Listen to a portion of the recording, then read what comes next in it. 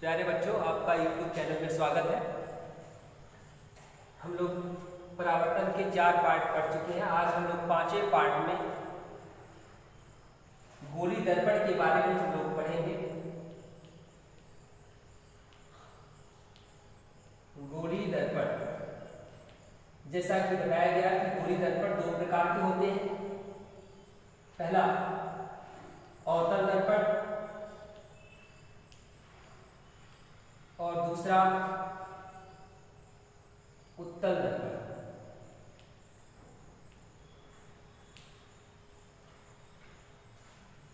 जैसा कि इनकी परिभाषाएं बता दी गई कि जिस गोली दर्पण के परावर्तक तल धंसे हुए हों तो उस दर्पण को हम लोग अवतल दर्पण कहते हैं, और जिस गोली दर्पण के परावर्तक तल में होता है जो तल अपनी ओर होता है प्रतिबिंब को देखने के लिए, पालिश वाला नहीं।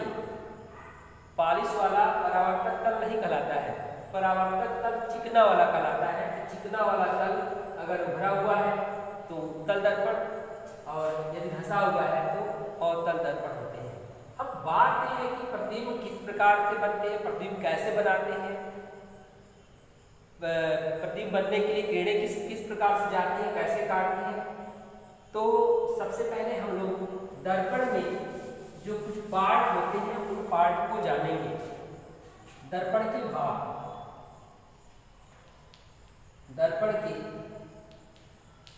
भाग, चाहे वो गोली हो, चाहे वो उत्तल हो या अवतल, यह निश्चित रूप से किसी गोली कोष से कटा होगा। जैसे ये है गोली कोष, तो जिस गोली कोष से कटा होगा तो उसका कोई केंद्र होगा। ये वाला जिस गोली कोष से कटा होगा तो उसका भी कोई केंद्र होगा। तो जो केंद्र होता है, अर्थात यह गोली दर्पण जिस गोली कोष से कटा होता है उसके केंद्र को हम वक्रता केंद्र कहते हैं। ये जो केंद्र हो गया वक्रता केंद्र, इसका गोली कोष ऐसे है माना, तो इसका जब केंद्र यहाँ आएगा तो इसका केंद्र, इस केंद्र को हम कहेंगे वक्रता केंद्र। तो वक्रता केंद्र की परिभाषा यह हो गई, वक्रता केंद्र क्या हुई कि गोली कोई भी दर्पण जिस गोली कोष से कटा होता है उसके केंद्र को वक्रता केंद्र कहते हैं। दूसरा नंबर ध्रुव, जिसे हम पोल कहते हैं। ध्रुव क्या होता है? दर्पण के मध्य बिंदु को, दर्पण जितना बना होता है जैसा भी हो उसका मध्य बिंदु जहां पे आता है वही ध्रुव होता है। अगर माना कि ये गोली दर्पण ये है और ये यहाँ से टूट गया, तो टूट गया तो इसका मध्य बिंदु यहाँ पे आएगा तो ये ध्रुव होगा, यहाँ से टूट जाएगा तो ये इसका मध्य बिंदु होगा। अर्थात वो जिस स्थिति में है उस स्थिति में उसका जो मध्य बिंदु जहाँ आता है वही ध्रुव कहलाता है। अर्थात ये हो गया ध्रुव, इसे हम ध्रुव पोल कहते हैं, पी से दिखाते हैं ध्रुव। इसका हो गया यहाँ पे है तो यहाँ पे हम लिख देते हैं ध्रुव। तीसरा जो पार्ट है मुख्य अक्ष, मेन बात है, और इसी से सारी चीजें रिलेटेड होती हैं, इसलिए इसका नाम भी अच्छा ही रखा गया है, मेन एक्सिस, मुख्य अक्ष। मुख्य अक्ष क्या होता है बच्चों? ध्रुव और वक्रता केंद्र में को होकर जाने वाली सीधी रेखा, ध्रुव और वक्रता केंद्र में को होकर जाने वाली सीधी रेखा मुख्य अक्ष कहलाती है, मुख्य अक्ष कहलाती है। बस समझ जाए, मुख्य अक्ष किसे कहते हैं? ध्रुव और वक्रता केंद्र में को होकर जाने वाली सीधी रेखा। क्या? ध्रुव और वक्रता केंद्र में को होकर जाने वाली सीधी रेखा को हम मुख्य अक्ष कहते हैं। अब आता है बारी फोकस का। फोकस किसे कहते हैं? मुख्य फोकस या फोकस के नाम से।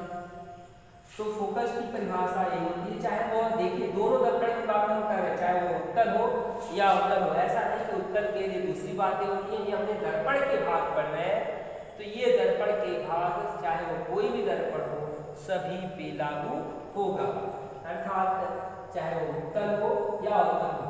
तो हम फोकस की बात करते हैं तो मुख्य अक्ष, ये मुख्य अक्ष है, मुख्य अक्ष के समांतर पैरेलल, ऐसे मुख्य अक्ष के समांतर जाने वाली प्रकाश किरणें परावर्तन के पश्चात। अब कहेंगे परावर्तन कैसे होगा?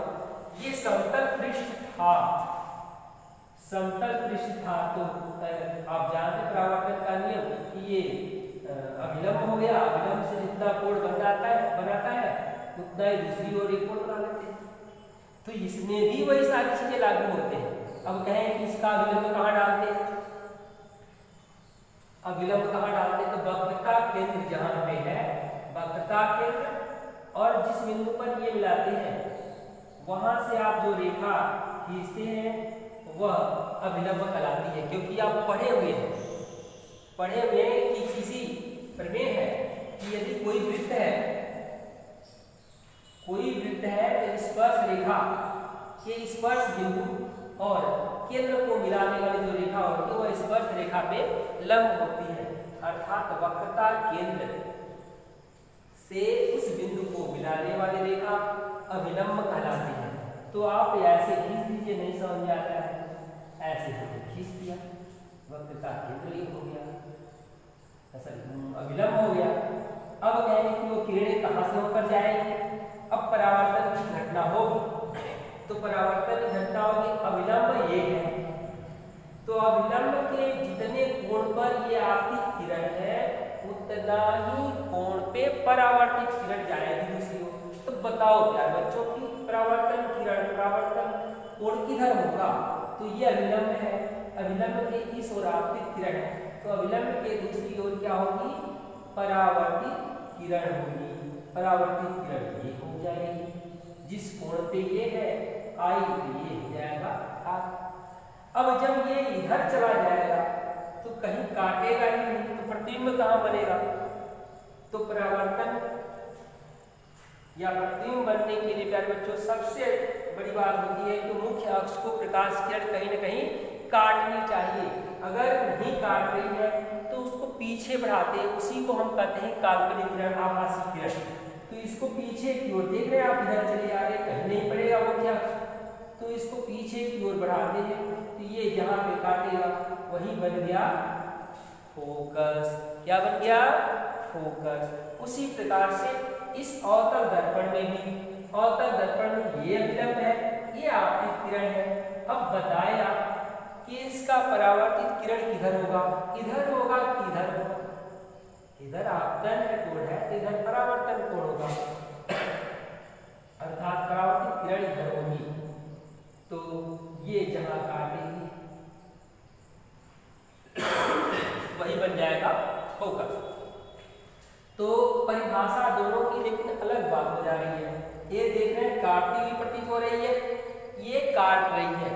यदि हमें दोनों की परिभाषा शामिल बतानी है, ये दर्पण की परिभाषा क्या बतानी है, दर्पण के फोकस दूरी की परिभाषा बतानी है, फोकस की परिभाषा बतानी है, किसी एक पर्टिकुलर दर्पण की बात नहीं है, अवतल या उत्तल की बात नहीं पूछी जाए, तो हम यही बताएंगे कि मुख्य अक्ष के समांतर जाने वाली प्रकाश किरणें परावर्तन के पश्चात मुख्य अक्ष को जिस बिंदु पर काटती है अथवा काटती हुई प्रतीत होती हैं। फिर से, मुख्य अक्ष के समांतर जाने वाली प्रकाश किरणें परावर्तन के पश्चात मुख्य अक्ष को जिस बिंदु पर काटती है अथवा काटती हुई प्रतीत होती है उस बिंदु को मुख्य फोकस कहते हैं। यदि हमें इसे उत्तल दर्पण की फोकस बतानी होती तो ऐसे बताते हैं कि मुख्य अक्ष के समांतर जाने वाली प्रकाश किरणें परावर्तन के पश्चात मुख्य अक्ष के जिस बिंदु पर काटती प्रतीत होती है।